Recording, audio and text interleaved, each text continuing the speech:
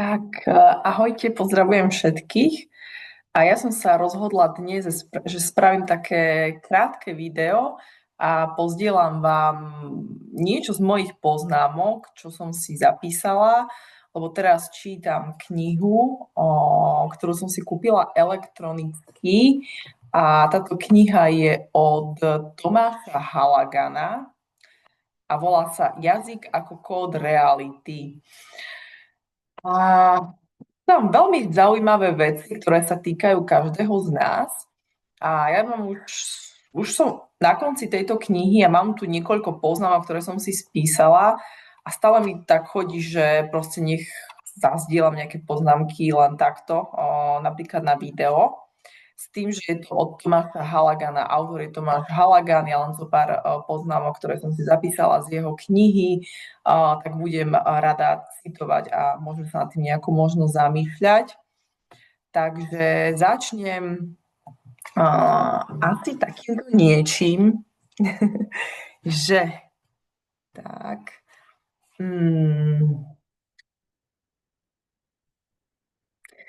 Napríklad mám tu poznačené, že náš mozog nerozhoduje medzi tým, ak nám niekto povie, si neschopný a ak si to povieme sami.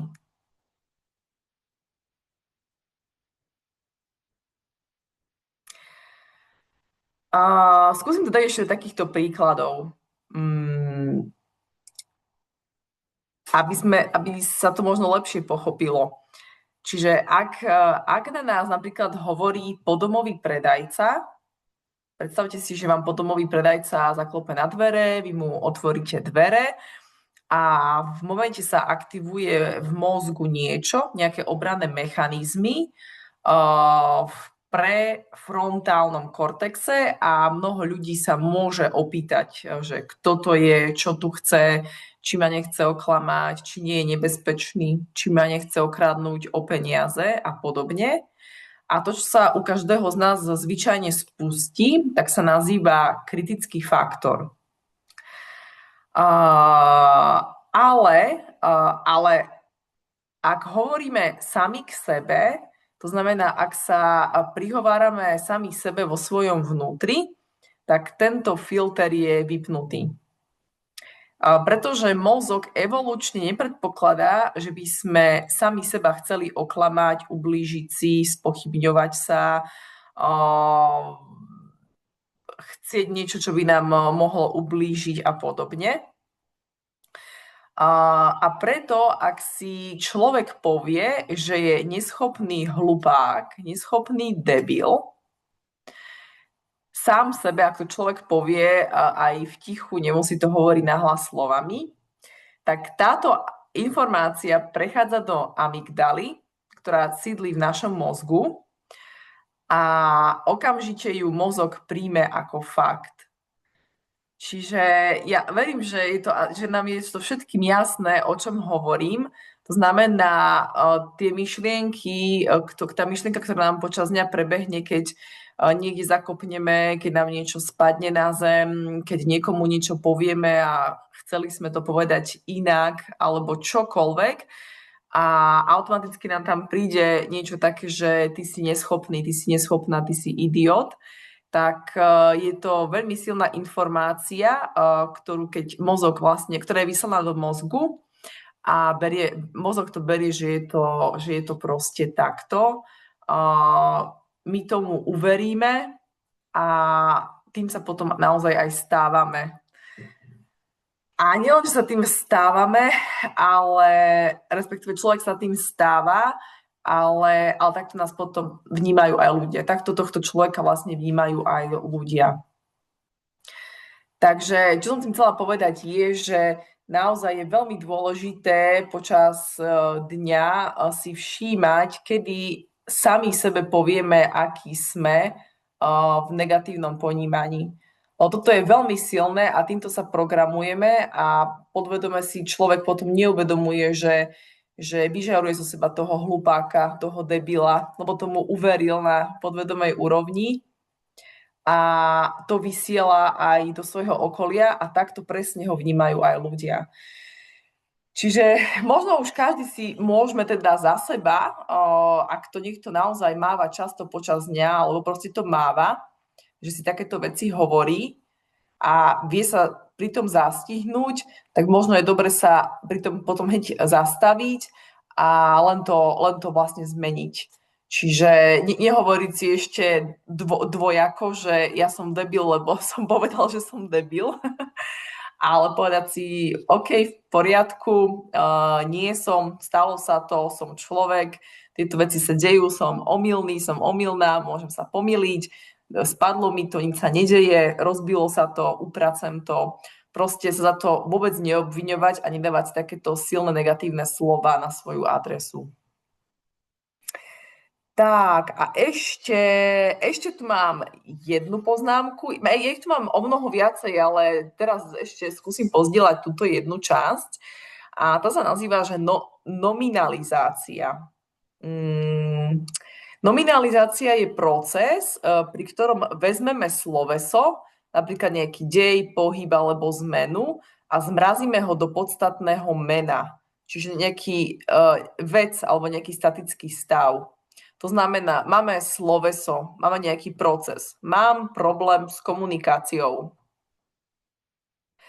A nominalizácia, teda to zmrazenie, je, čo väčšina ľudí hovorí, je, že mám blok. Že, počujte ten rozdiel. Mám problém s komunikáciou, alebo, inak povedané, čo mnoho ľudí hovorí, mám blok. To je tá statická vec.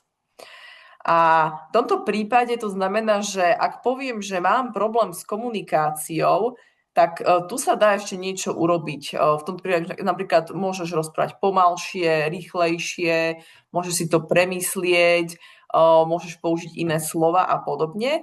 Ale ak vyšleme signál nášmu mozgu a povieme si, že mám blok, tak toto náš mozog berie ako statický stav, to znamená, to je nemenné. Čiže poviem, mám blok, pre mozog to znamená, je to nemenné, takže áno, máš blok a v tom prípade sa to bude v tej komunikácii za každým prejavovať, lebo táto informácia je v tvojom mozgu. A skúsim dať ešte jeden príklad, ktorý určite si zažíva mnoho ľudí. Takisto som to mávala aj ja a tieto veci sa niekedy môžu prinavrátiť, ale verím, že si to budeme vedieť my ľudia čo najlepšie rozpoznať. A to je napríklad prokrastinácia. Čiže prokrastinácia, asi každý vie, čo to je. Keď človek proste je možno vyhorený alebo nemá už nejakú motiváciu v živote, neprichádzajú mu nápady, nie je kreatívny a tak ďalej, tak vtedy dokáže človek prokrastinovať, že sa mu proste nič nechce ani pracovať, ani vymýšľať nové veci a podobne. Proste má takéto obdobie, nie je to večné, nie je to natrvalo. A teraz prokrastinácia. Ako to môžem povedať nie najlepšie, je, že napríklad moja prokrastinácia mi ničí život. V tomto prípade táto veta zo seba vyžaruje niečo také ako prokrastinácia má tu moc, takže ona ti ničí život, ty si tá obeť, takže nemáš moc nad tým, aby si to zmenil. Čiže formulácia tejto vety nie je úplne najšťastnejšia, lebo vlastne tým, ako to vyslovím, prokrastinácia mi ničí život, tak vysielam do energetického poľa cez tú vetu to, že tá prokrastinácia má nadvládu nado mnou. Ale ako to môžem povedať lepšie, respektíve inak, je, že odkladám začiatok práce, aby som sa vyhla nepríjemnému pocitu. A toto je už niečo úplne iné, lebo tu nepoviem, že tá prokrastinácia je na vine a ona mi ničí život, ako to väčšinou ľudia robia, že obviňujú tých ostatných. Ale tu si v tomto prípade si naozaj uznám, že prečo prokrastinujem.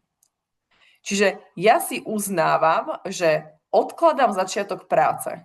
Ja si to priznávam, že odkladám začiatok práce a prečo to robím? Aby som sa vyhla nepríjemnému pocitu. A už keď toto človek takto povie nahlas, niekomu napríklad, alebo aj sám pre seba, tak môžete cítiť aj v tele taký úplne iný pocit, ako keby pocit takej tej vlastnej moci, že ja odkladám ten začiatok práce, nie prokrastinácia mi ničí život, ale ja ho odkladám, ale preto, lebo si uznávam, že mám zranenie, lebo nepríjemné pocity ma zraňujú a uznávam si to, čiže odkladám preto nejakú prácu, aby som sa vyhla nepríjemnému pocitu. A ak tam je to uznanie, tak vlastne je tam, za tým stojí aj tá moc, že ja som práve tá osoba, ktorá to môže aj zmeniť. A ďalej potom môžeme uvažovať aj nad tými krokmi, že ako to zmeniť postupne, hej, že úplne nejaké malinkaté kroky vedľa toho, ako, o čo všetko ide v tomto. Ale nie je tam už tá informácia alebo taký ten energetický otlačok toho, že ja som tá obeť a prokrastinácia mi ničí život. Toto je napríklad veľmi zlé a toto používame snáď pri všetkom a väčšina ľudí si dovolím povedať, že takto sa vyjadruje a vôbec si neuvedomuje silu toho, že sa týmto programuje. Verí tomu a žije tým nakoniec. Takže verím, že možno je fajn, keď si k tomu človek na chvíľku sadne a zavrie si oči a skúsi si to nacítiť, že čo to je, keď si poviem, že ja som ten zlý človek, ja som ten hlupák, ja som ten táto. A skúsi si to možno najbližšie na začiatok aspoň uvedomovať, že aha, teraz sa mi to stalo zase. A ak sa to stane, tak samozrejme si to nevyčítať, ale skúsiť si to len hneď povedať inak. Čiže proste, ako som to vravala na začiatku, že ak si poviem, ja som ten hlupák, lebo som vylial proste čaj, tak si povedať, že OK, v poriadku, vylial som čaj, ponáhľal som sa, priznávam si to, nevadí, idem to poutierať, položím to naspäť a pokračujem ďalej, ale žiaden hlupák, žiadne obviňovanie sa. A platí to aj pri iných veciach. Dobre, tak som rada, že som to mohla takto pozdieľať a že to dávam vonku na YouTube po dlhom čase. A najbližšie, keď sa tak nejako rozhodnem a naladím sa na to, tak by som rada potom pozdielala nejaké ďalšie zaujímavé časti z tejto knihy. A možno časom budem rada zdieľať aj iné, lebo troška si študujem teraz aj polyvagálnu teóriu, ako to funguje. Je to vlastne to, ako funguje náš nervový systém a čo to znamená, keď sa necítime v bezpečí. Ale nie v bezpečí takom, že máme kde bývať, máme čo jesť a podobne. To je veľmi dôležité, ale cítiť sa v bezpečí celkovo vo svojom vnútri, že v nejakej danej situácii, napríklad v situáciách počas dňa, cítiť sa v bezpečí. A toto je veľmi aktuálna téma a je za tým naozaj mnoho vecí, ktoré ako keby my ľudia si neuvedomujeme, že prečo sme vyhorení, prečo proste sa bojíme, prečo nerobíme mnoho vecí, prečo ostávame v úzadí, prečo. V podstate za všetkým stojí náš nervový systém, vagus nervus, blúdivý nerv, ktorý prepája mozog s našim tráviacim systémom, s všetkými orgánmi a je za tým hotová veda. A táto oblasť ma začala veľmi zaujímať a preto si to teraz v poslednej dobe študujem a budem veľmi rada, keď budem môcť potom zdieľať viac aj na tomto mojom kanáli, ale chcela by som najbližšie ešte pozdieľať potom nejaké poznámky z knihy Tomáša. Pardon. Toto nie ešte. Tomáša Halagana. Chcela som si pozrieť jeho priezvisko, nech ho neskomolím.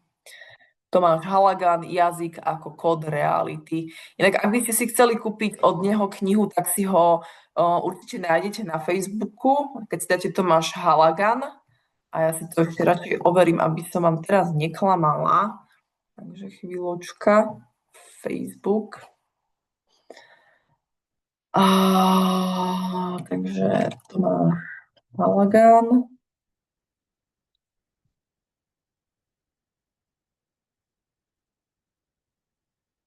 No,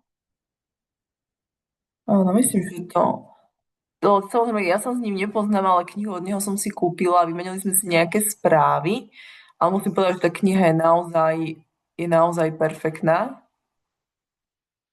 Takže, alebo hej, preto som vám to nedala povedať, lebo ja som s ním na Facebooku komunikovala ako hypnocesta, sa volá hypnocesta, ale Tomáš Halagan je v podstate, o,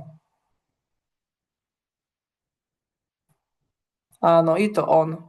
Je to on, takže môžete mu kľudne napísať aj na meno Tomáš Halagan alebo hypnocesta. Čiže kľudne si potom vyberte a knihu si viete kúpiť aj v tlačenej forme, ale aj v elektronickej podobe. Dobre, tak prajem vám krásny čas a ďakujem za pozretie a vypočutie. Ahojte.